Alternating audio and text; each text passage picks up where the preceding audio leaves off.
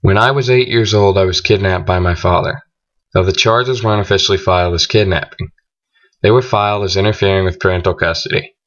My brothers and I were taken to a little town named Bastrop in Texas. It's here that we were found. The whole thing started with a custody battle in which my father figured he was going to lose. This is when he decided he was going to take off with us. It was his weekend for visitation. Everything was already packed when we got there. He just drove off as soon as my mom left. Off on what we were told was an adventure. We stayed in a very small, dingy camper. It was very unclean and not very stable. Malnutrition was a big problem on this trip.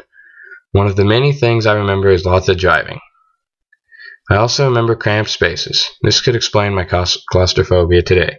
All the while, my family was back at home utilizing all efforts to find any credible lead on our whereabouts. There were posters and flyers made. We were put on TV for a while. It was a very trying time for all the members of my family. This story has a happy ending, however. After approximately 5 or 6 weeks, an anonymous tip about our father's suspicious activity gave the family our whereabouts. We were reunited with our mother, grandma, and uncle. We looked peaky and in bad shape, but otherwise we were okay. Sadly, this is not always the case. Some victims were never found. My personal story helped me learn something. Now I help out these kids in programs in the very few ways I can.